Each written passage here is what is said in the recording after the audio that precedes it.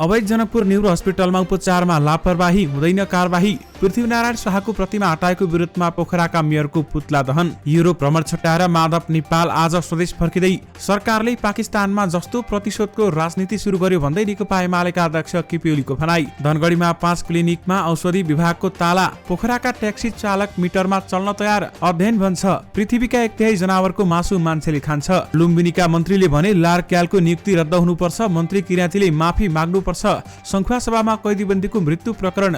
Jailer र असै विरुद्ध किटानी जाहेरी। पर्यटन ऐन छिट्टै ल्याइन्छ भन्दै पर्यटन मन्त्री सुदन किराँतीले भने।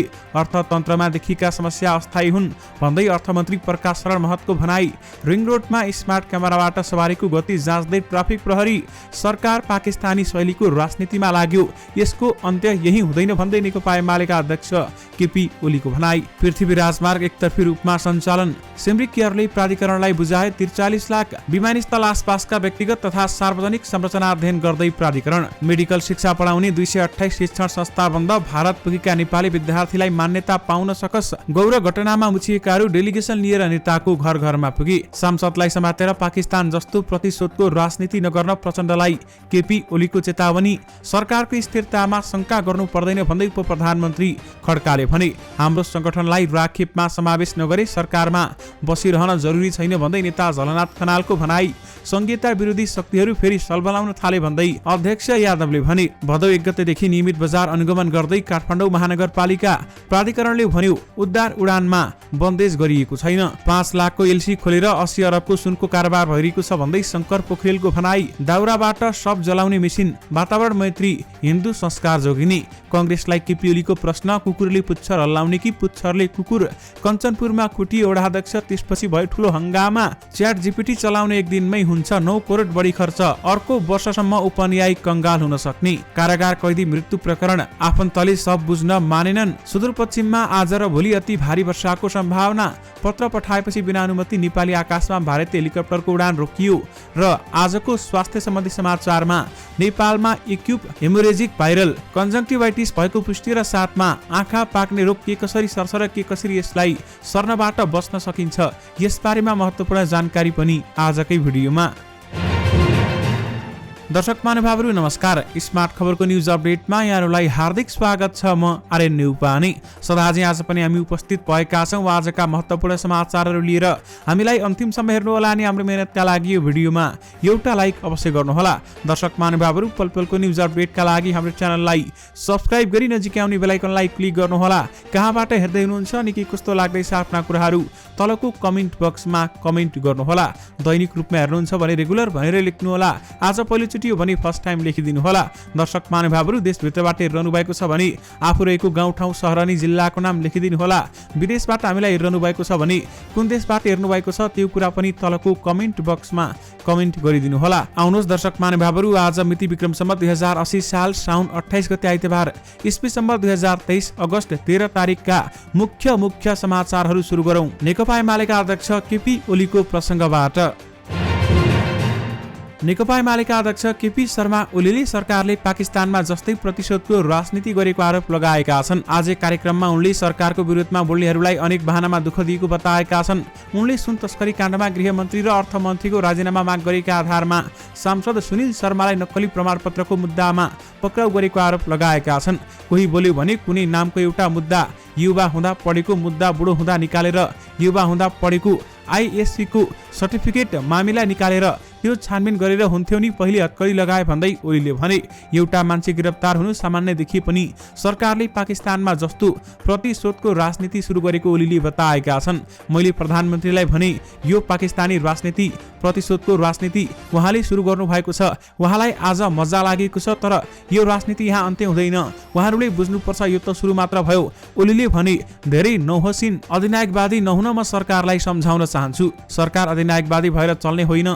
सुनिल शर्मा दोषी थिए भने पहिले पनि पक्राउ गर्न सक्ने भन्दै ओलीले संसदमा सुनकाण्डको विरोधमा बोलेपछि पक्राउ गरेर सरकारले प्रतिशोध लिन खोजेको बताएका हुन्।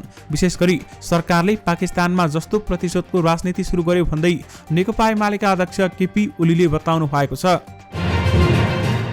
17 वर्ष अघि भएको गौरव घटनामा मुछिएका नेताहरू डेलिगेसन लिएर काठमाडौँ आइपुगेका छन्। उपेन्द्र यादव नेतृत्वको जनता समाजवादी पार्टी बाहेकका नेताहरू काठमाडौँमा विभिन्न दलका नेताहरूलाई भेटेर गौरव घटनाको बारेमा जानकारी गराउँदै त्यसको बारेमा आफ्नो पार्टीदेखि लिएर संसदमा समेत कुरा उठाइदिन आग्रह गरेका छन्।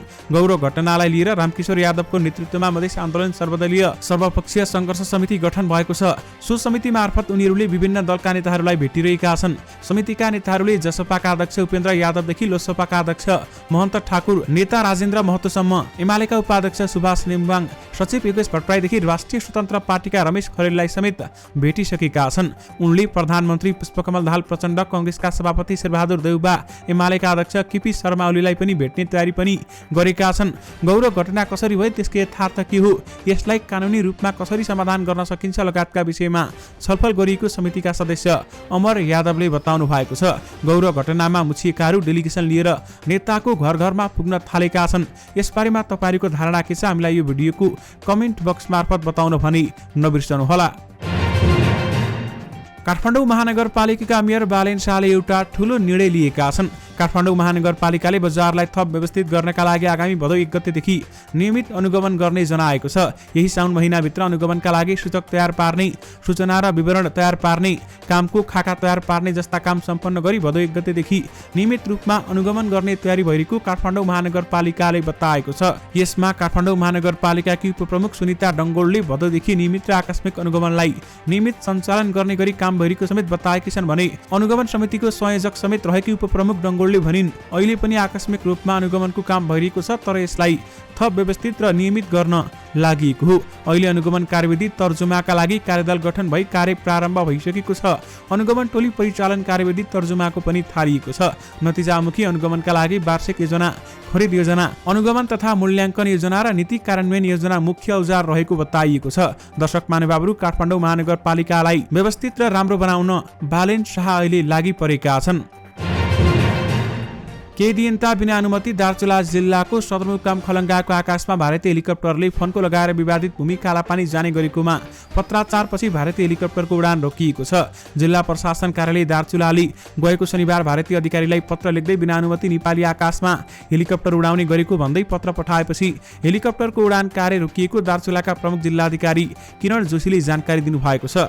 प्रमुख जिल्लाधिकारी जोशीका अनुसार आफूले पत्रसँगै भारतीय एसडीएमसँग टेलिफोन संवाद समेत गरेको बताउनु भएको छ भने प्रशासनले पठाएको पत्रको जवाफ नआए पनि भारतीय एसडीएमले अबदेखि बिना अनुमति नेपाली आकाशमा हेलिकप्टर उडान नगर्ने टेलिफोन संवादमा प्रक्रिया दिएपछि उडान कार्य रोकिएको उहाँले बताउनुभयो। यस्तै जिल्ला प्रशासन कार्यालय दार्चुलाले बिना अनुमति नेपाली आकाशमा हेलिकप्टर उडान बारेमा अथवा उडाएको बारेमा गृह मन्त्रालयलाई समेत जानकारी गराइसकेको छ। गृह मन्त्रालयले भारतसँग कुरा गर्नका लागि परराष्ट्र मन्त्रालयमा पठाएको पत्रको प्रतिलिपि दार्चुला प्रशासनलाई केही दिन पहिले उपलब्ध गराएको प्रमुख जिल्लाधिकारी जोशीले बताउनु भएको छ। विशेष गरी पत्र पठाएपछि बिना अनुमति नेपाली आकाशमा भारतीय हेलिकप्टरको उडान भने रोकिएको छ। दर्शक महानुभावहरू, पोखराको पृथ्वी चोकमा रहेको पृथ्वीनारायण शाहको प्रतिमा हटाएको विरोधमा राष्ट्रिय प्रजातन्त्र पार्टीले पोखरा महानगरपालिकाका मेयर धनराज आचार्यको पुतला दहन गरेको छ। मेयर आचार्यको निर्देशनमा उक्त प्रतिमा हटाइएको भन्दै राप्रपाको कास्की जिल्ला समितिले पुतला जलाएको हो। आदिवासी दिवसका दिन बिहिबार पृथ्वीनारायण शाहको शालिगसँगै राखीको प्रतिमा हटाइएपछि शालिगको विवाद सुरु भएको थियो। आदिवासी जनजाति दिवसको दिन प्रतिमा हटाइएको पाइएपछि राप्रपाले पृथ्वी चोकमा लखन थापाको शालिगसँगै पृथ्वीनारायण शाहको प्रतिमा राखेको थियो। महानगरले प्रतिमा हटाउने जानकारी पाएपछि राप्रपा गण्डकी प्रदेश अध्यक्ष तथा प्रदेशसभा सदस्य पञ्चराम गुरुङ सहित कास्कीका राप्रपाका नेता कार्यकर्ता पृथ्वी चोकमा धरनामा बसेका थिए, तर उनीहरू फर्केपछि मध्यराती महानगरले प्रतिमा हटाएको थियो। पोखराका मेयर धनराज आचार्यले देश एकीकरण गर्ने, राष्ट्र निर्मातालाई अपमान गर्ने काम गरेका राप्रपाका कास्कीका अध्यक्ष नारायण गुरुङले बताउनुभयो। पृथ्वी चोकमा पृथ्वीनारायण शाहकै शालिग हुनुपर्ने उनले माग गरेका छन् र चोकमा ताला लगाएर राखिएको प्रतिमामा महानगरले फोरेर लगेको आरोप समेत राप्रपाको रहेको छ। नेकपा एकीकृत समाजवादीका अध्यक्ष एवं पूर्व प्रधानमन्त्री माधव कुमार नेपालले युरोप भ्रमण छुट्याउँदै आज नेपाल फर्कने बताएका छन्। स्विजरल्यान्डबाट 3 दिन अघि स्पेन आएका उनी म्याड्रिड स्थित नेपाली दूतावासमा रहेका छन्। पूर्व प्रधानमन्त्री नेपाल आइतबार म्याड्रिडबाट कतार एयरलाइन्स हुँदै नेपाल फर्कन लागेको उनी निकट स्रोतले जानकारी दिएको छ। ललिता निवास जग्गा प्रकरणमा सर्वोच्च अदालतले हालै पिरामिडको माथिल्लो तहसम्म छानबिन गर्न आदेश दिएको थियो। सर्वोच्चको आदेशपछि विदेश भ्रमणमा गएको भन्दै आलोचना खिपिरहेका बेलामा उनले 10 दिनी भ्रमणलाई छुट्याए। बताएका हुन्। पूर्व प्रधानमन्त्री माधव कुमार नेपालको यसअघि भदौ 1 गते स्वदेश फर्किने कार्यक्रम रहेको थियो भने प्रवासी नेपाली एकता मञ्च युरोपले आयोजना गरेको कार्यक्रममा सहभागी हुन उनी सोमबार स्विजरल्यान्डको जेनेभा गएका थिए। उनले क्रोएसिया र बेलायत जाने कार्यक्रम समेत रद्द गरेका छन् र साथमा फर्किनुअघि उहाँले बार्सिलोना घुमिसकेको बताइएको छ। आज नेपाल फर्कने तयारी गरेका पूर्व प्रधानमन्त्री माधव कुमार नेपालले शनिबार भने बार्सिलोना आइपुगेका हुन्।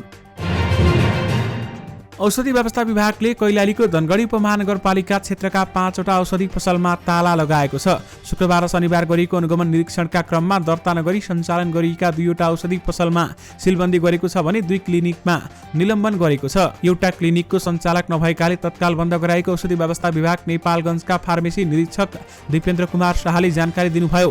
दर्ता बिना सञ्चालन गरिएको धनगढी उपमहानगरपालिका 3 अर्जुन क्लिनिक र धनगढी 14 को प्रतिभा क्लिनिक सिलबन्दी गरिएको जानकारी दिएका छन्। शाहले खुद्रा औषधि पसलमा बिक्री वितरणमा रोक लगाएको औषधि सञ्चय गरेको धनगढी 4 को आदर्श मेडिकल हलमा ताला लगाएर 14 दिन दर्ता नभएको औषधि बिक्री गर्ने सोनपिल मेडिकल हललाई 7 दिनका लागि निलम्बन गरिएको बताएका छन्। दर्शक महानुभावहरू, उनका अनुसार धनगढीको अस्पताल लाइनमा रहेको रघु मेडिकल स्टोरको सञ्चालक नभएको कारण तत्काल पसल बन्द गर्ने अथवा बन्द गर्दै 7 दिनभित्र कारबाहीका लागि औषधि व्यवस्था विभागमा उपस्थित हुन निर्देशन दिएको छ। दर्शक महानुभावहरू, तपाईहरूले जहाँबाट अथवा जुनसुकै पसलबाट अथवा जुनसुकै फार्मेसी अथवा क्लिनिकबाट औषधि लिनुहुन्छ भने ध्यान दिनुहोला, त्यसले तपाईँको स्वास्थ्यलाई हानि पुर्याउन सक्छ। सङ्खुवासभाको कारागारभित्र 2 कैदीबन्दीको मृत्यु भएको घटना जेलर र प्रहरी सहायक निरीक्षक असै विरुद्ध जाहेरी परेको छ। शनिबार जिल्ला प्रहरी कार्यालय सङ्खुवासभामा कारागारभित्र प्रमुख राजेन्द्र घिमिरे र असै लक्ष्मी चौधरी विरुद्ध जाहेरी परेको प्रवक्ता प्रहरी निरीक्षक सरोज खनालले जानकारी दिनुभएको छ। गत बुधबार बिहान खाँदबारी नगरपालिका 1 मा रहेको कारागार कार्यालय सङ्खुवासभामा रहेका मादी नगरपालिका 5 फैलेदै बस्ने 20 वर्षीय विनोद तोलाङ्गी र नुवाकोट ककनी गाउँपालिका 7 का 27 वर्षीय विकास श्रेष्ठ भन्ने आकाश बालामी अचेत अवस्थामा फेला परेका थिए। उनीहरूको उपचारको लागि जिल्ला अस्पताल खाँदबारी लगिएको थियो। त्यहाँ उपचारको क्रममा दुवैजनाको मृत्यु भएको थियो। उनीहरू दुवैजनाले राति 1:15 बजे कारागारबाट भाग्ने प्रयास गरेका थिए। आफू बस्ने तल्लो तलाको ब्लकको झ्यालको रड काटेर भाग्दै गर्दा ड्युटीमा खटिएका प्रहरीले देखेपछि कराएर सबैलाई जानकारी गराएका थिए। प्रहरी कर्मचारीहरूले नियन्त्रणमा लिने क्रममा उनीहरू दुवैजनामाथि कुटपिट समेत भएको प्रहरी निरीक्षक खनालले बताएका छन्। प्रहरीले उनीहरू बस्ने ब्लकमा बुझाएको थियो, तर त्यहाँ पनि अन्य कैदीबन्दीले उनीहरूमाथि कुटपिट गरेका थिए। त्यसपछि बिहान अचेत अवस्थामा फेला परेका उनीहरूको उपचारको क्रममा मृत्यु भएको हो। त्यस राति ड्युटीमा खटिएका असै लक्ष्मी चौधरी र कारागार प्रमुख घिमिरेको पनि संलग्नता भएको भन्दै पीडित परिवारले किटानी जाहेरी दिएका हुन्। उनीहरू विरुद्ध प्रहरीले अनुसन्धान अगाडि बढाएको छ। मृतक दुवैजनाको पोस्टमार्टम सकिएको छ, तर मृतक परिवारले सब बुझ्न भने मानेका छैनन्। दर्शक महानुभावहरू, के तपाईँ काठमाडौँको चक्रपथमा तीव्र गतिमा सवारी साधन चलाउँदै हुनुहुन्छ? होसियार रहनुहोला, किनभने अहिले महानगरीय ट्राफिक प्रहरी कार्यालयले त्यसरी सवारी साधन हाँक्ने विरुद्ध 24 घण्टा निगरानी गरिरहेको हुन्छ। चक्रपथका विभिन्न ठाउँमा फोटो खिचे जस्तो गरी खिचिक गरेको त सवारी चलाउँदा देख्नु नै भएको होला। तपाईहरू मध्ये धेरैलाई थाहा नहुन सक्छ, उक्त वस्तु स्पिड डिटेक्टर क्यामेरा NPR हो। उपत्यका ट्राफिक प्रहरी कार्यालयले यही साउनको 15 गतेदेखि NPR क्यामेरा अर्थात् automatic number plate recognize with speed detection क्यामेराबाट कारबाही गर्न सुरु गरेको उपत्यकाका ट्राफिक प्रहरी कार्यालयका SSP राजेन्द्र भट्टले जानकारी दिनुभएको छ। उनका अनुसार तीव्र गतिबाट हुने दुर्घटना कम गर्ने क्यामेरा जडान गरिएका हुन्। रिङ रोडको अधिकतम गति सीमा 50 किलोमिटर/आवर तोकिएको छ। उनले भने यदि त्यो भन्दा बढी गतिमा चलेको छ भने उक्त सवारी साधनलाई यस क्यामेराले डिटेक्ट गर्छ। उनका अनुसार तीव्र गतिको कारण धेरै दुर्घटना हुने क्षेत्र अर्थात् 3 ब्ल्याक स्पटमा यी क्यामेराहरू जडान गरिएको छ। ब्ल्याक स्पट पहिचान गरेर हाल रिङ रोडको कोटेश्वर भाटबटिनी नजिक थसिक हिल र सानेपाहाइटमा जडान गरिएको छ भने उनले भने प्रत्येक ठाउँमा आउने जाने गरी 2वटा क्यामेरा जडान गरी जम्मा 6वटा क्यामेरा जडान गरिएको छ। भट्टराईका अनुसार कुनै पनि सडक खण्डमा कति गतिमा सवारी साधन चलाउन पाइन्छ भनेर तोकिएको हुन्छ। अहिले रिङ रोडमा मात्रै जडान भएको हुँदा 50 किलोमिटर/आवर भन्दा बढी गतिमा चल्ने सवारी साधनलाई यसले डिटेक्ट गरिरहेको उहाँले बताउनु भएको छ। दर्शक महानुभावहरू, यस बारेमा तपाईहरू सचेत रहनुहोला र साथमा तपाईहरूले नियमअनुसार बाइक अथवा आफ्नो गाडीहरू चलाउने गर्नुहोला। तनहुँको आबुखैरेनीमा गएको पहिरोले अवरुद्ध राजमार्ग एकतर्फी सञ्चालनमा आएको छ। शनिबार 6:30 बजे आबुखैरेनी गाउँपालिका वडा नम्बर 4 पहरा स्थित पृथ्वी राजमार्गमा पहिरो खस्दा अवरुद्ध भएको सडक एकतर्फी सञ्चालनमा आएको जिल्ला प्रहरी कार्यालयका डीएसपी मोहन बहादुर खाँडले जानकारी दिनुभएको छ। इलाका प्रहरी कार्यालय आबुखैरेनीबाट खटेको विपद व्यवस्थापनको टोली र स्थानीय पालिका एवं सडक डिभिजन कार्यालय तनहुँको सहकार्यमा अवरुद्ध सडक एकतर्फी सञ्चालनमा ल्याएको हो। त्यस्तै दुवैतर्फ सडक सञ्चालनमा गर्ने प्रयास अहिलेसम्म भइरहेको छ। सिमरी केयरले शुक्रबार नेपाल नागरिक उड्डयन प्राधिकरणलाई 43 लाख रुपियाँ बक्यौता बुझाइसकेको छ। पटक पटक ताकेता गर्दा पनि बक्यौता रकम नतिरेको र आर्थिक सङ्कटमा परेको भन्दै प्राधिकरणले शुक्रबारदेखि अनिश्चितकालसम्मका लागि सिमरी केयरको उडान रोकेको थियो। उडानमा रोक लगाएपछि सिमरीले आर्थिक वर्ष 2079-80 को 43 लाख बक्यौता शुक्रबार बुझाएको प्राधिकरणले जनाएको छ भने रोकेको उडान खुलाउने विषयमा भने थप निर्णय आउन बाँकी रहेको प्राधिकरणले जनाएको छ। यसमा प्राधिकरणले आफ्नो स्पष्टीकरण पनि दिएको छ। नेपाल नागरिक उड्डयन प्राधिकरणले उद्धार उडानका लागि कुनै पनि बन्देज नगरेको स्पष्ट पारेको छ। प्राधिकरणले हालै दुर्गम क्षेत्रका विमानस्थलमा अपरेसन आवरभित्र मात्रै एयरलाइन्सले उडान गर्न पाउने निर्णय गरेको थियो। मनसुनमा सम्भावित हवाई दुर्घटनालाई मध्यनजर गर्दै उडान सुरक्षार्थ प्राधिकरणले उडानमा कडाई गरेको थियो। प्राधिकरणको उक्त निर्णयको आलोचना भएको थियो। प्राधिकरणका प्रवक्ता जगन्नाथ निरौलाले मनसुन अवधिका लागि अपरेसन आवरभित्र मात्रै उडान गर्ने गरी गरिएको निर्णय भएको र मौसम अनुकूल उद्धार उडानमा कुनै पनि बन्देज नगरिएको स्पष्ट पारेका छन्। विशेष गरी उद्धार उडानमा बन्देज गरिएको छैन भन्दै प्राधिकरणले भनेको छ। गठबन्धनको सरकार श्रमिक विरोधी रहेको नेकपा एमालेका महासचिव शङ्कर पोखरेलले बताएका छन्। सत्तामा टेकिरहन सरकारमा रहेका दलहरूले समाजवादी मोर्चा बनाए पनि खासमा सत्ताहीन दलहरू समाजवादको विपक्षमा रहेको र श्रमिकहरूको अधिकार कटौतीमा सक्रिय रहेको बताएका हुन्। आज एक कार्यक्रममा उहाँले 2 वर्षमा वृद्धि हुनुपर्ने श्रमिकहरूको न्यूनतम पारिश्रमिक 3 वर्ष बितिसक्दा पनि वृद्धि गर्न नसकेकोमा आलोचना गरेका छन्।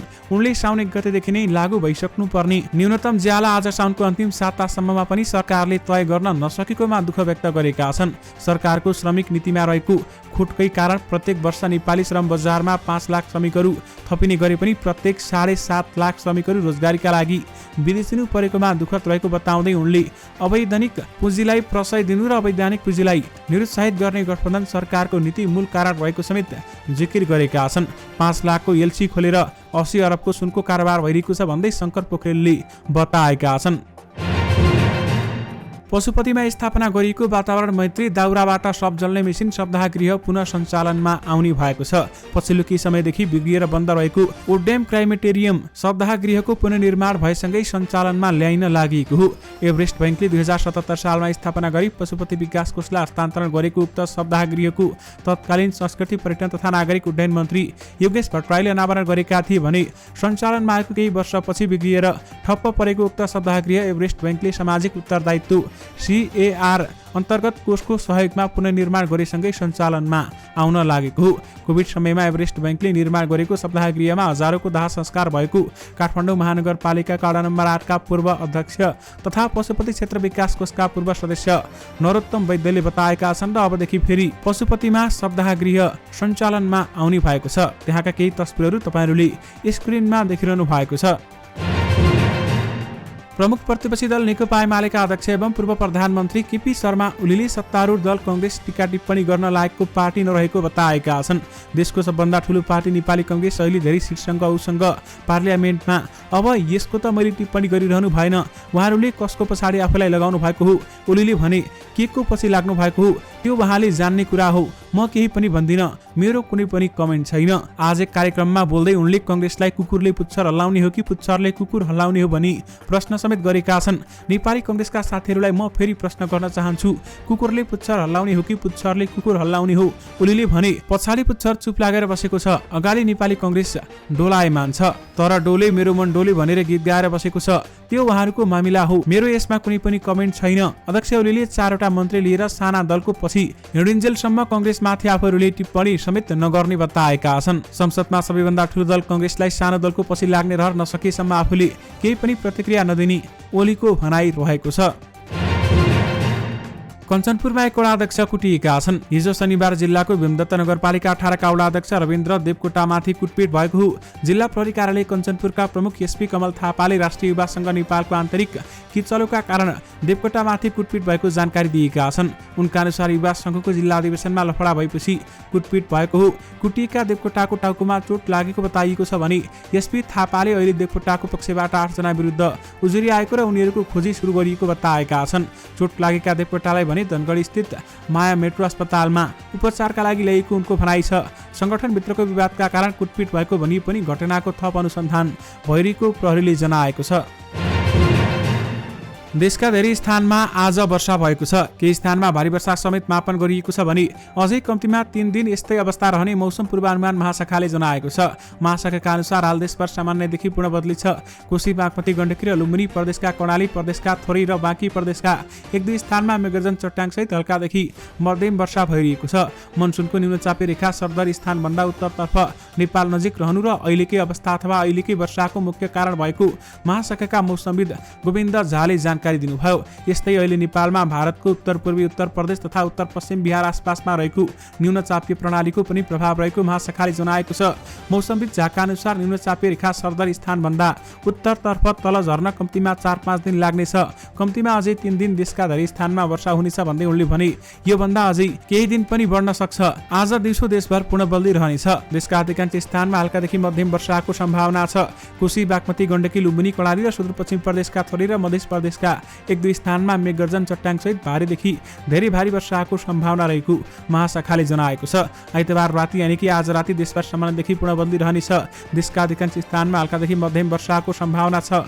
कर्णाली र सुदूरपश्चिम प्रदेशका र कोशी बागमती गण्डकी र लुम्बिनी प्रदेशका थोरै स्थानमा मेघगर्जन चट्याङसहित भारीदेखि धेरै भारी वर्षाको समेत सम्भावना छ। यस्तै सुदूरपश्चिम प्रदेशका 1-2 स्थानमा अति भारी वर्षाको पनि सम्भावना रहेको महाशाखाले जनाएको छ। त्यसैगरी दर्शक महानुभावहरू भोलि सोमबार दिउँसो पनि देशभर सामान्य पूर्ण बदली रहनेछ भने देशका धेरै स्थानमा हल्कादेखि मध्यम वर्षाको सम्भावना रहेको छ।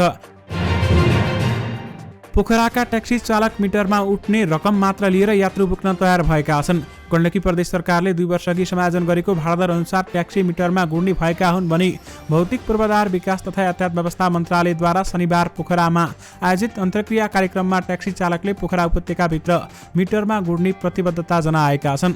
विक्रम सम्वत 2078 फागुन 1 देखि लागू हुने गरी प्रदेश सरकारले भाडादर समायोजन गरे पनि यहाँका ट्याक्सी मिटरमा चलेका थिएनन्।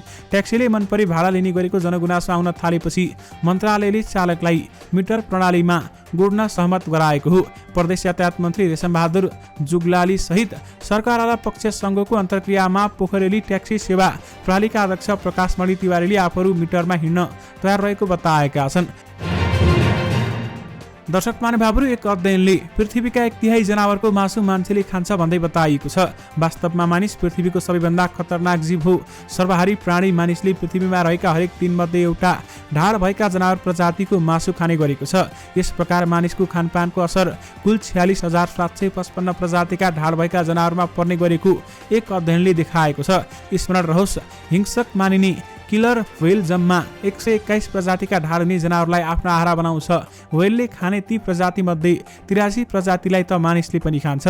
जमिनको कुरा गर्दा अमेरिकाको सबैभन्दा खतरनाक मानिको मांसाहारी जनावर जगुआरलाई लिउँ, उसले 9 प्रजातिका शिकार जीव खाने गर्दछ। रोचक त के छ भने ती सबै 9 थरी जनावरको मासु मानिसले खान्छ। मानिसले उत्तर अमेरिकामा पाइने कुल 2698 प्रजातिका जनावरलाई आफ्नो आहारका लागि प्रयोग गर्ने गरेको छ। कनाडामा भएको यस सम्बन्धी शोध हालै कम्युनिकेसन बायोलोजी जर्नलमा प्रकाशित भएको छ। यो अध्ययनले देखाएको मानिसको खानपानको शैलीबाट के थाहा हुन्छ भने मानिस निकै असामान्य जीव हो। मानिसले आफूलाई विकसित गर्दै आएको छ, तर जबकि अन्य जीवहरू भने यसो गर्नमा असमर्थ रहेका छन् वा कम विकसित छन्। अन्य ढाड भएका जनावरको तुलनामा मानिसको पहुँच भने धेरै रहेको छ। हुन त सबै ढाड भएको जनावरलाई मानिसले खाँदैनन्, कतिपय त उसले अरू विभिन्न कामका लागि पनि गर्दछ, जस्तो कपडा, औषधि, उपहारका वस्तु बनाउनका लागि पनि। यसका अलावा जनावरलाई अन्य विभिन्न खाली कार्यमा पनि प्रयोग गर्ने गरिन्छ। कतिपय जीवहरूको भुत्ला, दाँत, रगत, कलेजो आदिको पनि प्रयोग गर्ने गरिन्छ। संस्कृति, पर्यटन तथा नागरिक उड्डयन मन्त्री सुदन किराँतीले पर्यटन ऐन छिट्टै ल्याउने बताएका छन्। आज एक कार्यक्रममा बोल्दै उहाँले यस्तो बताउनु भएको हो भने समग्र पर्यटन अथवा समग्र मुलुकको विकासका लागि समय सापेक्ष पर्यटन ऐन ल्याइने जानकारी उहाँले दिनुभयो। सरकारले पर्यटनको विकास गरी सर्वसाधारण जनताको आर्थिक हित कायम राख्न र पर्यटकीय लाभ, अभिवृद्धि एवं पर्यटकलाई अत्यावश्यक सुविधा उपलब्ध गराउने उद्देश्यले 2035 सालमा पर्यटन ऐन ल्याएको थियो भने यस क्षेत्रका विज्ञ एवं जानकारहरूले पुरानो पर्यटन ऐनका कारण पर्यटन क्षेत्रको विकास विकास प्रभावकारी हुन नसकेको गुनासो गर्दै आएका छन्। विशेष गरी पर्यटन ऐन छिट्टै ल्याउँछौँ भन्दै मन्त्री सुदन किराँतीले बताउनु भएको छ। अर्थमन्त्री प्रकाश शरण महतले अर्थतन्त्रमा देखिएका समस्या अस्थायी भएकाले डराउनु पर्ने अवस्था नरहेको बताएका छन्। आज एक कार्यक्रमलाई सम्बोधन गर्दै उनले अर्थतन्त्रमा अस्थायी समस्या देखिएको बताएका हुन्। अहिले नेपाल पनि बिस्तारै विकासको बाटोमा अघि बढेको छ। अहिले कोरोना भाइरस लगायत विविध कारणले अर्थतन्त्रमा केही समस्या देखिएका छन्, तर यो अस्थायी हो र नेपाल अब अघि बढ्छ भन्दै उनले भने। उनले नेपालमा व्यापार व्यवसाय गर्न ठूलो अवसर रहेको बताउँदै नेपाल विदेशभन्दा सबै किसिमले व्यापार व्यवसायका लागि राम्रो रहेको बताएका छन्। उनले नेपालमा आईटी क्षेत्रले उल्लेखनीय काम गरिरहेको भन्दै बजेटमा पनि आईटी क्षेत्रमा लगानी गर्ने लगानीकर्ताका लागि राम्रो अवसर दिएको बताएका छन्। नेपालमा व्यापार व्यवसाय गर्न ठूलो अवसर छ। विदेश गएकाहरूले पनि नेपालमा अवसर छ भनेर फर्केर आएर यहाँ प्रविधिको प्रयोग गरी राम्रो गरिरहेका छन् भन्दै उनले भने आईटी क्षेत्रमा राम्रो बन्दै गइरहेको छ। नेपाली युवाहरू सफ्टवेयर निर्यात गरिरहेका छन्, विदेशमा नेपाललाई पनि फाइदा गरिरहेका छन्, आफ्नो जीवन पनि राम्रो बनाइरहेका छन् भन्दै उहाँले बताउनुभयो। नेपाल भारत सीमावर्ती क्षेत्रमा खुलेका मेडिकल कलेजहरूको अनुगमनका लागि भन्दै नेपाललाई पत्र पठाएका छन्। एचए फार्मेसी नर्सिङ लगायतका विषय पढाउने भन्दै हालसालै खुलेका कलेजहरूले अनुगमनको लागि नेपाललाई पत्र पठाएका हुन्। यी कलेजहरूमा स्वयंको संख्यामा नेपाली विद्यार्थी पढ्दै आएका छन्। उनीहरूले पढिरहेको विषय कोर्स र परिवारात्मक अभ्यासको विषयमा अनुसन्धानका लागि आउनु भन्दै नेपाल स्वास्थ्य व्यवसायी परिषदलाई पत्र पठाएका हुन्। ती मेडिकल कलेजहरूले आफूले सम्बन्धन लिएका विश्वविद्यालय मार्फत पत्र पठाएर अनुगमनको लागि आउन आग्रह गरेका हुन्। एनएचपीसी रजिस्ट्रार लीलानाथ भण्डारीले भारतको पारुल विश्वविद्यालय र सङ्गम विश्वविद्यालयले पत्राचार गरेको बताएका छन्। नेपाली विद्यार्थी हाम्रा शिक्षालयमा आएर एचए फार्मेसी नर्सिङ लगायतका विषय पढिरहेका छन्। भोलि नेपाल गएपछि एनएचपीसी लाइसेन्स दिनुपर्छ, त्यसका लागि अनुगमन गरिदिन भनेर पत्र पठाएका छन् भन्दै भण्डारीले भनेका छन्। विशेष गरी मेडिकल शिक्षा पढाउने 228 शिक्षण संस्था बन्द भएका छन् र साथमा भारत पुगेका नेपाली विद्यार्थीलाई मान्यता पाउन पनि सकस भइरहेको छ। सत्तारूढ नेकपा एकीकृत समाजवादीका सम्मानित नेता एवं पूर्व प्रधानमन्त्री झलनाथ खनालले सरकारले पार्टी निकट नेपाल खेलकुद महासंघ समाजवादीलाई राष्ट्रिय खेलकुद परिषद राकेपमा समावेश नगरेकोमा असन्तुष्टि व्यक्त गरेका छन्। सम्मानित नेता खनालले राष्ट्रिय खेलकुद परिषदमा आफ्नो पार्टी निकट सो महासंघलाई किन समावेश नगरेको भन्दै प्रधानमन्त्री पुष्पकमल दाहालसँग समेत प्रश्न गरेका छन्। काठमाडौँमा आयोजित एक कार्यक्रममा बोल्दै उहाँले महासंघलाई तत्काल राष्ट्रिय खेलकुद परिषदमा समावेश नगरे आफ्नो पार्टीलाई सरकारमा बसिरहन जरुरी नभएको समेत बताएका छन् र उनले भनेका छन्, हामी सरकारमा पनि सङ्घर्ष गर्छौं। अहिले खेलकुद परिषदमा हाम्रो संगठनलाई समावेश गरिएको छैन, किन नगरिएको हो? म सरकारसँग प्रश्न गर्न चाहन्छु। यदि हाम्रो पार्टी पनि सत्तामा छ भने भोलि नै हाम्रो संगठनलाई पनि त्यहाँ संगठित गर्नु पर्यो, होइन भने यो सत्तामा बसिरहनु के जरुरी छ हाम्रो पार्टीका लागि? म यो प्रश्न यो देशका प्रधानमन्त्री र यो देशका खेलकुद मन्त्रीलाई सोध्न चाहन्छु। सबै खेलाडीहरूलाई उत्साह र उमङ्गका साथ यो क्षेत्रमा लाग्नुस् र आफ्नो संगठनलाई विस्तार गर्नुस्, जनतालाई व्यापक रूपले गोलबन्द गर्नुस्, खेल क्षेत्रका सबै विधालाई समेटेर हामी लाग्नुपर्छ। त्यस अवसरमा सम्मानित नेता खनालले सबै खेलाडीहरूलाई उत्साहका लागि अथवा उत्साहका साथ खेल क्षेत्रको विकासमा लाग्न पनि आग्रह गरेका छन् र साथमा हाम्रो संगठनलाई राखेपमा समावेश नगरी सरकारमा बसिरहन जरुरी छैन भन्दै उहाँले बताउनु भएको छ। जनता समाजवादी पार्टीका केन्द्रीय अध्यक्ष उपेन्द्र यादवले संहिता विरोधी शक्तिहरू फेरि पनि मुलुकमा सलबलाउन थालेको आरोप लगाएका छन्। बाराको कलयामा पार्टीले आयोजना गरेको विस्तारित बैठकलाई सम्बोधन गर्दै पूर्व उप प्रधानमन्त्री समेत रहेका यादवले संहिताका लागि पहलकदमी गर्ने पार्टी खास गरी तत्कालीन मधेस जनअधिकार फोरम र हाल जनता समाजवादी पार्टीलाई कमजोर पारी मुलुकबाट संहिता नै समाप्त पार्ने खेल भइरहेको टिप्पणी गरेका छन्। उनले राज्यबाट आन्दोलनको क्रममा भएका सबै खाले घटना राजनीतिक मुद्दा फिर्ता लिइसकेको विषयलाई उजागर गरी आफू र जनता समाजवादी पार्टीलाई लक्षित गरी गौरव घटना पुनः कोट्याएको आरोप लगाएका छन्। तराई मधेसमा 53% मधेसी समुदायको संख्या रहे पनि वर्तमान सरकारले 13% मात्र बजेट दिएर मधेसप्रति अन्याय गरेको भन्दै अध्यक्ष यादवले अधिकारका लागि सबै मधेसी जनता एकजुट हुनुपर्नेमा जोड दिएका छन्। अध्यक्ष यादवले पार्टीलाई मजबुत बनाई नयाँ सिराबाट अगाडि बढाउन टोलटोलमा संगठन विस्तारको काममा जुट्न नेता एवं कार्यकर्तालाई निर्देशन समेत दिएका छन्। च्याटजीपीटीका लागि लागत बढिरहँदा सन् 2024 को अन्त्यसम्म ओपन एआई कंगाल हुन सक्ने एक रिपोर्टले चेतावनी दिएको छ। एनालिटिक्स इन्डिया म्यागजिनको पछिल्लो रिपोर्ट अनुसार कम्पनीले एआई च्याटबट च्याटजीपीटी चलाउन प्रत्येक दिन लगभग $7 लाख यानि कि 9 करोड नेपाली रुपियाँ बढी खर्च गरिरहेको यस्तो खतरा निम्तन सक्ने निष्कर्ष निकालेको छ। ओपन एआईले आफ्नो एआई प्रविधिबाट पैसा कमाउने प्रयास गरिरहे पनि सफल भने हुन सकिरहेको छैन। बरु उल्टै च्याट जीपीटीका सक्रिय प्रयोगकर्ता घटिरहेका छन्। जुलाई 2023 मा प्रयोगकर्ताहरूको संख्या जुनको तुलनामा 12% घट्नुले पनि यसमा पहिले जस्तो आकर्षण नरहेको बुझिन्छ। अर्कोतर्फ ओपन एआईले अन्य कम्पनीहरूलाई एआई च्याटबटहरू बनाउन आफ्नो प्रविधि प्रयोग गर्न अनुमति दिन्छ। यसले गर्दा पनि मानिसहरू च्याट जीपीटीको सट्टा अन्य कम्पनीहरूकै एआई च्याटबट प्रयोग गरिरहेका छन्। दर्शक महानुभावहरू, च्याट जीपीटी चलाउन एक दिनमै 9 करोड भन्दा बढी खर्च हुने गरेको पाइएको छ भने अर्को वर्षसम्म ओपन एआई कंगाल हुन सक्ने बताइएको छ। लुम्बिनी प्रदेशका सामाजिक विकास मन्त्री चन्द्रकेश सिकी गुप्ताले लुम्बिनी विकास कोषका उपाध्यक्ष लारक्याल लामाको नियुक्ति रद्द गर्नुपर्ने बताएका छन्। लामा विवादित छविको भएकाले नियुक्त रद्द हुनुपर्ने र लामालाई सिफारिस गर्ने संघीय सरकारका संस्कृति पर्यटन तथा नागरिक उड्डयन मन्त्री सुदन किराँतीले माफी माग्नुपर्ने उनले बताएका छन्। लुम्बिनीमा पत्रकारहरूसँग कुराकानी गर्दै जनमत पार्टीका नेता तथा मन्त्री गुप्ताले लुम्बिनी जस्तो पवित्र थलोमा विवादास्पद पृष्ठभूमि र विगतमा गैर कानुनी गतिविधिमा अनुसन्धानमा परेका व्यक्तिलाई नियुक्त गरिने सरकारले गल्ती भएको बताएका छन्। लुम्बिनी क्षेत्रबाट प्रदेश सभा सदस्यमा निर्वाचित मन्त्री गुप्ताले नवनियुक्त उपाध्यक्ष लामाको स्वार्थमा लुम्बिनी विकास कोषको सम्पर्क कार्यालय काठमाडौँमा स्थापना गर्न खोजिनु गलत भएको भन्दै उक्त निर्णय तत्काल फिर्ता लिन समेत माग गरेका छन्। नेपाल नागरिक उड्डयन प्राधिकरणले मुलुकभरका विमानस्थल आसपासमा उडान तथा हवाई सुरक्षा असर पर्ने व्यक्तिगत तथा सार्वजनिक संरचना अध्ययन गर्ने भएको छ। प्राधिकरणले 54वटा विमानस्थल मध्ये हाल उडान भइरहेका 34वटा विमानस्थलको 3 किलोमिटर आसपासमा निर्माण भएका सम्पूर्ण व्यक्तिगत तथा संस्थागत भौतिक संरचनाले विमानस्थलमा हुने उडान अवतरणमा उडान सुरक्षा तथा हवाई सुरक्षामा पार्न सक्ने असर बारेमा अध्ययन गर्न प्राधिकरण प्रधान कार्यालय स्थित हवाई सुरक्षा निकाय अथवा विभागका उपनिर्देशक श्रीहरि भट्टको संयोजकतामा 4 सदस्यीय सुझाव समिति समेत गठन गरिसकेको छ।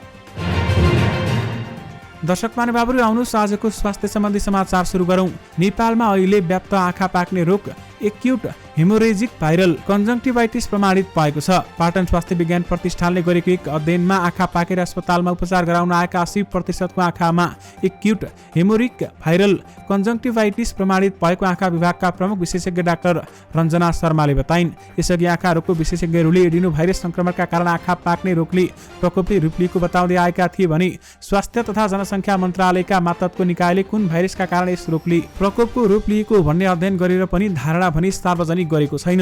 एक्युट हेमोरेजिक भाइरल कन्जङ्टिभाइटिस र एडिनो भाइरसबाट आँखा पाक्नेमा के छ फरक, आउनुहोस् तपाईहरुलाई यसबारेमा जानकारी गराउँ। कन्जङ्टिभाइटिस 3 प्रकारका हुन्छन्, जसमा आँखा पाक्ने एक्युट हेमोरेजिक भाइरल कन्जङ्टिभाइटिस गराउने भाइरसको संक्रमण भएको पुष्टि भएको डाक्टर रञ्जना शर्माले बताइन्। यो संक्रमण हुँदा बिरामीमा रुगा, खोकी, ज्वरो आउँदैन। कन्जङ्टिभाइटिस भाइरस संक्रमण हुँदा आँखा पाक्ने, रातो हुने, सामान्य शरीर तातेको जस्तो भएको पनि ज्वरो नआउने उनले बताएका छन्। कन्जङ्टिभाइटिस भाइरस संक्रमण हुँदा आँखा समस्या दोस्रो हप्ता बढी देखा पर्ने आँखा रोग विशेषज्ञ डाक्टर शर्माले बताइन्। यस भाइरसका कारण आँखा पाक्दा आँखामा रगत जम्छ। त्यसैगरी कस्ता समस्या लिएर आएका छन् त बिरामी? काठमाडौँ उपत्यकामा आँखा पाक्ने रोगको पहिलो साता हो। दोस्रो साता बिरामीहरू आँखामा रगत जमेपछि अर्थात् क्याराटाइटिस भएपछि आउने उनको अनुमान छ। आँखा रातो हुनेहरूले कति मात्रामा आँखामा रगत जमेको छ भन्ने बारेमा अध्ययन गरिने उनले बताइन्। उनले भनिन्, बिरामीको रेकर्ड र लक्षण राखेका छौँ। एक सातापछि आउने बिरामीमा कन्जङ्टिभाइटिस भाइरसले कति कस्तो खालको जटिलता ल्याएर दृष्टि कस्तो असर गर्छ भन्ने बारेमा अध्ययन पनि गर्छौँ। विगतमा एडिनो भाइरस संक्रमण हुँदा रुगा, खोकी, ज्वरो आएर आँखा पाक्ने समस्या देखा परेको थियो। त्यसैगरी संक्रमण भएको कति समयमा निको हुन्छ त? दर्शक महानुभावहरू, कन्जङ्टिभाइटिस भाइरस संक्रमण भए पनि बिस्तारै आफै निको हुने उनले बताइन्। कन्जङ्टिभाइटिस भाइरस संक्रमण हुँदा आँखामा राख्ने ड्रप नभएको उनले सुनाइन्। दर्शक महानुभावहरू, उनले भनिन्, आँखा पाकेको निको बनाउने औषधि छैन, बिस्तारै आफै निको हुन्छ। कन्जङ्टिभाइटिस भाइरस संक्रमण हुँदा सफा चिसो पानीले पटक पटक आँखामा छ्यापेर चिप्रा आँसु पखाल्न उनको सुझाव छ। यद्यपि आयुषले भने पाकेको आँखा कदापि नसेक्न उनको आग्रह छ। धेरै बिरामीले आफै औषधि किनेर राखी जटिल भएपछि अस्पतालमा आएका छन्। त्यसैले विशेषज्ञको सल्लाहमा मात्र साधारण एन्टिबायोटिक राख्दा सहज हुने उनको भनाइ छ। सफा पानीले आँखा सफा गरेको 4 दिनसम्म पनि जटिल देखिए विशेषज्ञलाई देखाउन उनको सुझाव छ। दर्शक महानुभावहरू, यसबारेमा तपाईहरूले ध्यान दिएर अथवा सजगता अपनाउनु होला। यो सँगै तपाईहरुमा आजका सबै मुख्य समाचारहरू राखिसकेका छौँ। फेरि पनि तपाईहरुमा नयाँ मुख्य समाचारहरूको साथमा उपस्थित हुने नै छौँ। अहिलेलाई भने मलाई बिदा दिनुहोस्। नमस्कार।